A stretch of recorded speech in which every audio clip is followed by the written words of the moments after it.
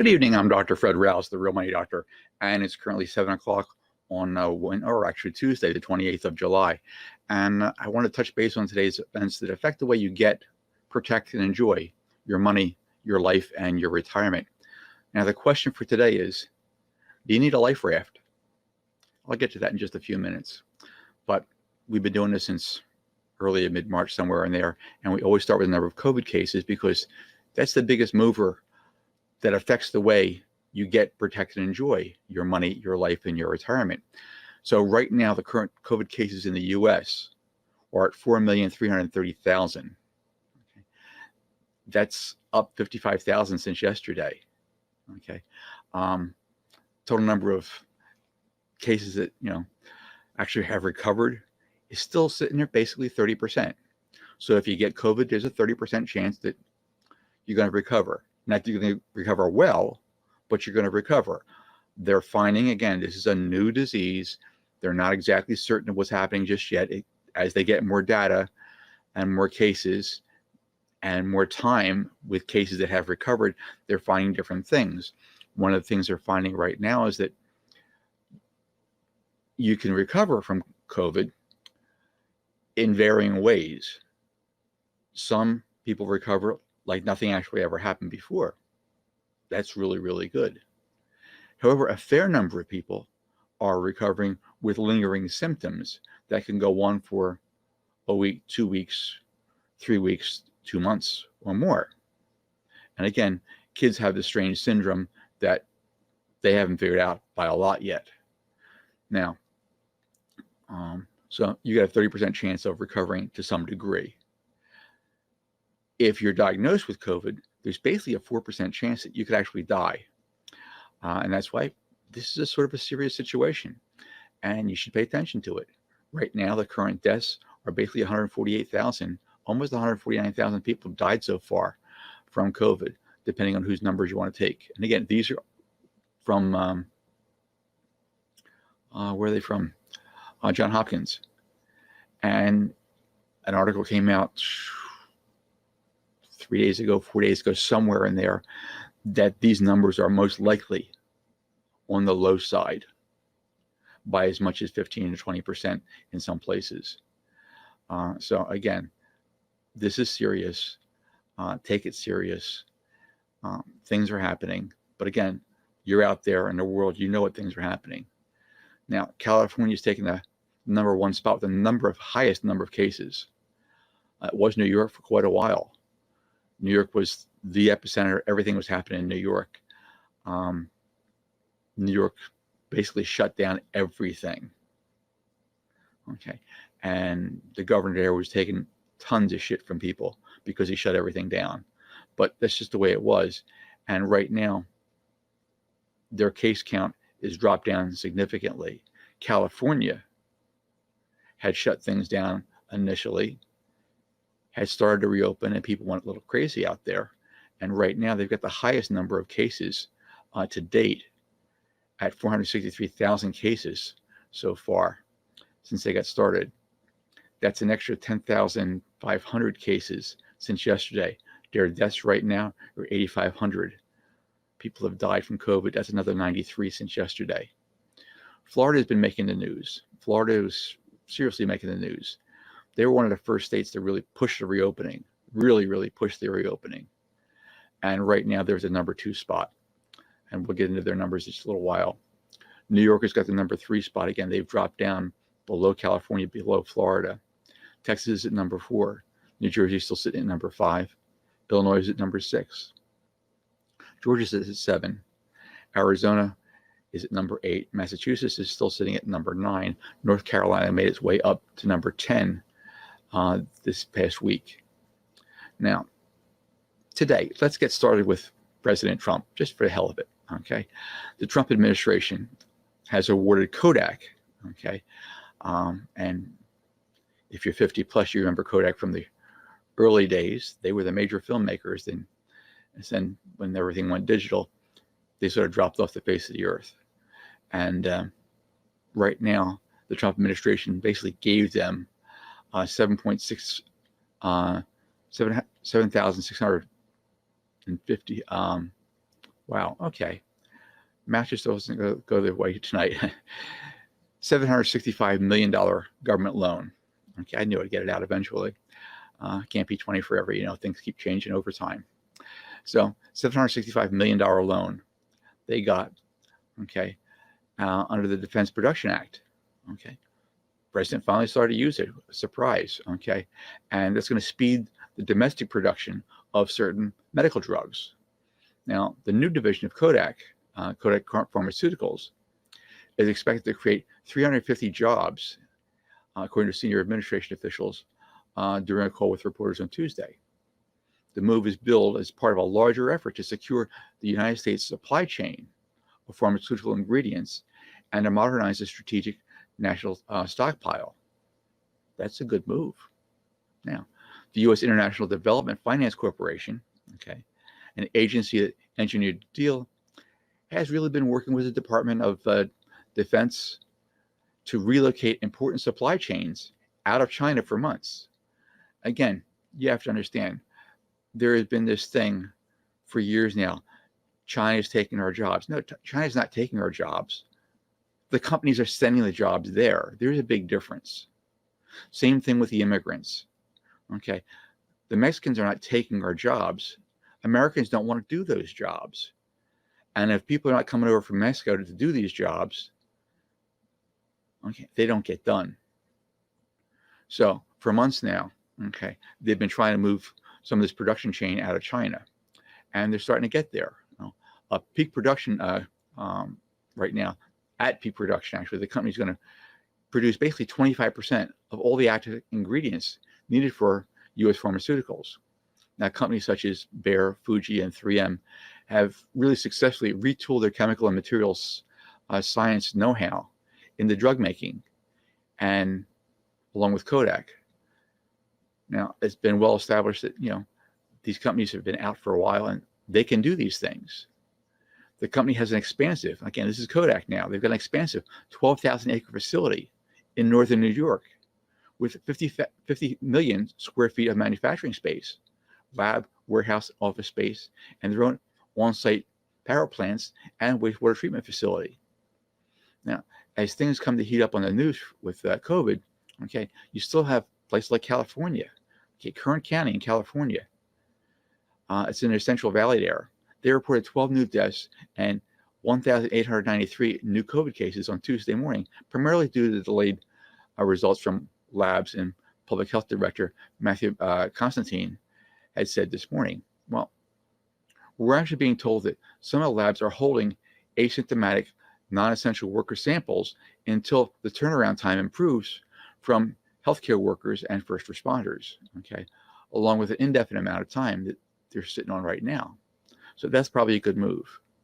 Now, so you can imagine the contact tracing, something that is basically 19 days old, is really difficult, okay, according to Constantine at the Kern County Board of Supervisors meeting.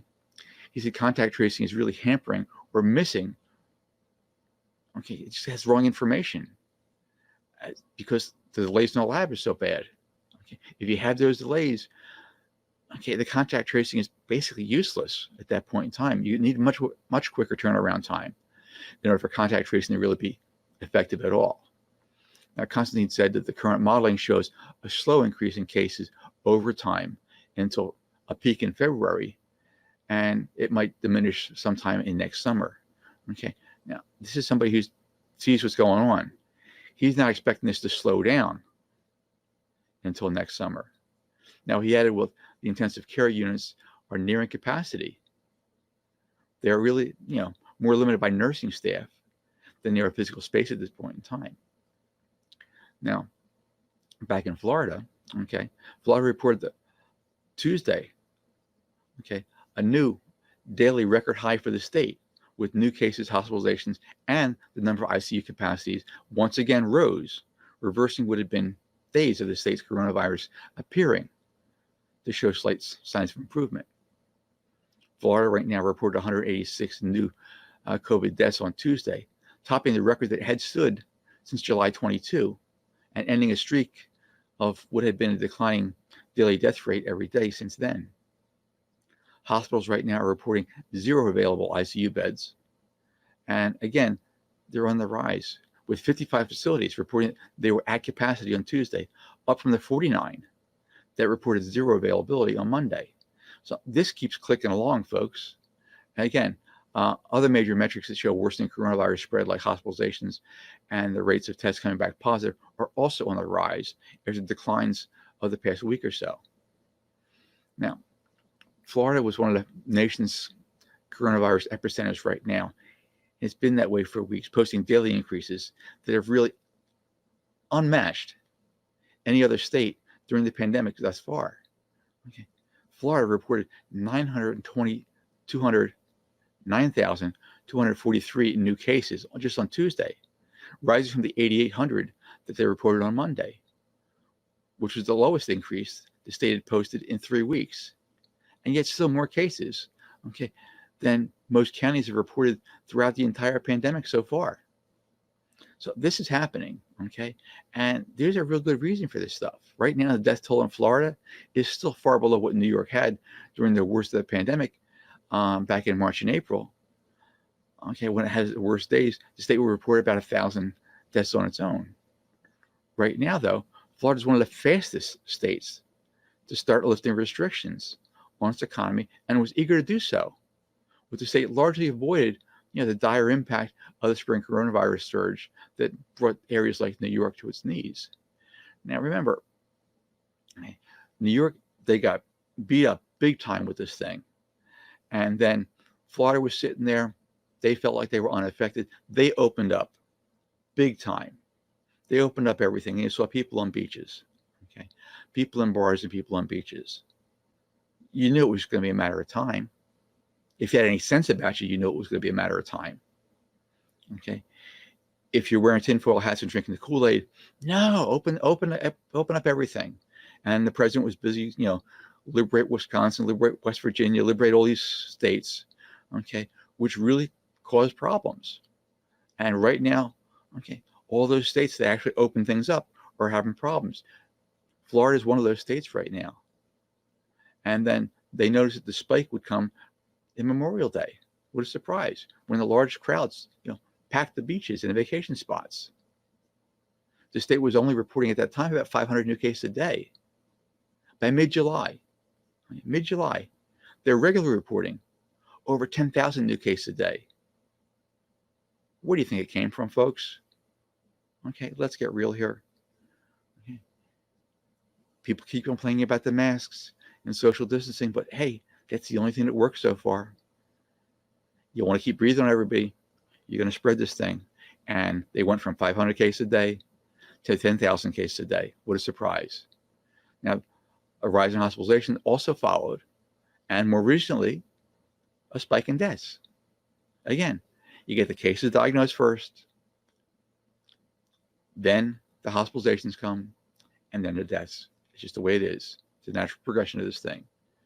Now, Georgia is also seeing an increase. Okay, Georgia's making the news. Okay, and their Department of Public Health reported 4,293 new cases of COVID just on Tuesday. Statewide COVID cases in Georgia right now are 175,000. Okay, Public Health Agency also reported 54 new deaths. Total death toll for Georgia right now is 3,563 people have died in Georgia so far. Oklahoma is another state that's starting to make the news right now.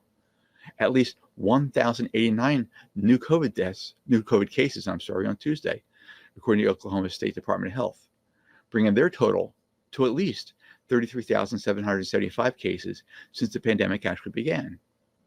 Now, this is the third day in a row that the state has reported more than 1,000 cases. Now, a day after reporting 0 cases, the Oklahoma State Department reported at least 13 new deaths, bringing the state to at least 509 people have died in that state right now. Now, the state official said none of those deaths have occurred, however, in the last 24 hours, which is a good sign. Now, back on the money situation with the political side of things, the Senate and the White House finally moved closer to get their 4th COVID bill act together. They just couldn't get it together for quite a while. There was no agreement between the House or between the Senate and the White House. They finally got that worked out. or so it looks. However, it's still a good distance from the HEROES Act that the House passed well over a dozen weeks ago. Now, we'll see what happens when they try to find some center point that, most everybody can at least live with. Okay, nobody's going to be happy with it, but something they can at least live with. Today, the Dow took a 200-point hit, okay, and closed basically at 26,379. Again, it's just bouncing in a range for now until there's some clear direction in what's happening with the COVID situation. Now, if you want to open the economy, this is really, really simple, folks. Okay, everybody just needs to wear a mask and social distance. If everybody did that, the country would be, close to some semi-normal in just a matter of months. But then you've got social media. You got to love social media, the strength of social media to convince a large number of people that water's not wet is absolutely amazing. Okay, if you allow yourself to get sucked into all that nonsense, you actually start to believe it. And that's the reason for the ridiculous mask debate that's been going on for a while right now. But it even went further the other day. Okay, a fake coronavirus video, okay, that was propagating the benefits of the anti-malaria drug hydroxychloroquine that had millions of views has been taken down already by Facebook, Twitter, and YouTube. Took it down on Tuesday. However, didn't slow the president down.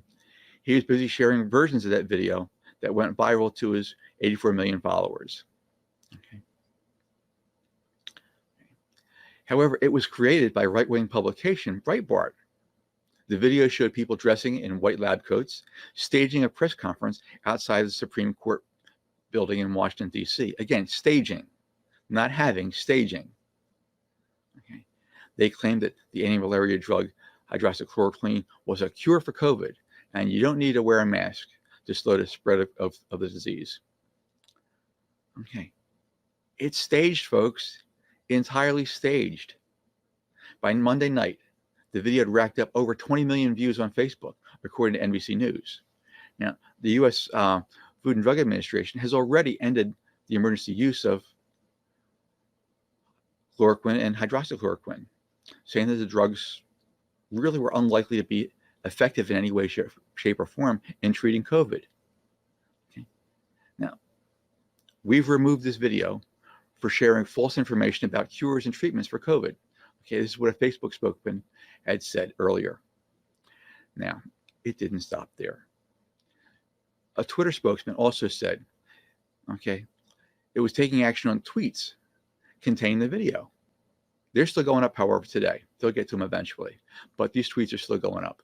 Okay. From the very beginning of the pandemic, we've had clear policies against COVID-19 misinformation and are committed to continue to provide timely and helpful information at this critical time, is what the YouTube spokesman added.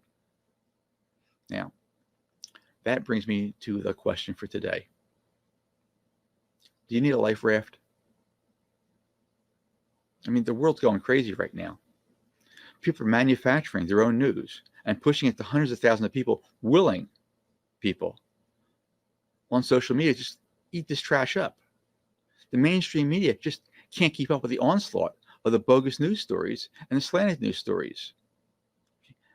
We're bombarded every waking minute of our lives with ads for the latest and greatest of whatever they have. It's going to solve all your problems. On top of that, okay, all we want to do is get through the day with a little more money than bills and hopefully find some quiet time for ourselves and our families. And that never really seems to come. Now, if you're feeling a bit more than frazzled, okay, you're probably not alone. It's happening to everyone. All this activity all over, it just builds and builds and affects how we react to the outside world. Okay, generally with a much shorter fuse than we thought we'd ever have, than we thought we ever actually could have. This is all further stoked by our leaders that are more than happy to see us so involved in our daily activities, trying to blame someone else or some group of others for a plight that we don't notice how much they're screwing things up. They found that, doing this diverts our attention from the basic facts that they're diverting money from the middle class to the upper class. And they've been doing it for years. well over 40 years right now it's been happening. If you feel like you're drowning in a sea of garbage and just barely keep your head above it all, you're not really alone. Okay. Do you need somebody to throw you a life raft? This is it. This is your life raft. This is why you need to take some time for yourself. In all that chaos, you need to find a center point, a single thing or an activity that will give you the ability to block out all the nonsense and see it for what it actually is. Now, this is the why for meditation. And again, I'm a numbers guy. Been a numbers guy for years. But that time with self-reflection, meditation, whatever you want to call it, okay, is really, really critical. You got to turn everything off and just to get away and spend some time with your mind. A simple thing, meditation, self-reflection, whatever you like to call it. It only takes a couple minutes a day. Make it part of your morning routine. Okay, you'll get an immediate calming effect. Yes, I mean, it won't last for the entire day, not when you get started. However, the more you do it, the longer that calming effect is actually going to stay with you. And in just a matter of weeks, you'll notice that your own personal transformation into a happy person that you actually thought you could be way back when. Now, when I finish tonight, I'll post a link for an easy way to get started. So a little video I found great. Even if you've never done anything like this before, it's a nice, easy way to get started. And I'll post that after I finish. Now, I'm Dr. Fred Rouse. I'm the Real Money Doctor. My only goal is to help you to get, protect, and enjoy your money, your life, and your retirement. Now, getting centered and being calm will do wonders for both your mental as well as your physical health. Now, if you want to get control of the rest of your life, you want to get control of your time and your money, you can give yourself, the option to retire next 3 to 5 years with a cash flow that you'll actually need to maintain the lifestyle that you wanted to do all the time without ever having to worry about a job or money ever again. Go to my site, drrousenow.com. See if I can help you get the ultimate secure retirement that you actually once dreamed of. For now, I appreciate spending some time with you tonight. And I look forward to spending some time with you tomorrow around 7 o'clock. Thank you.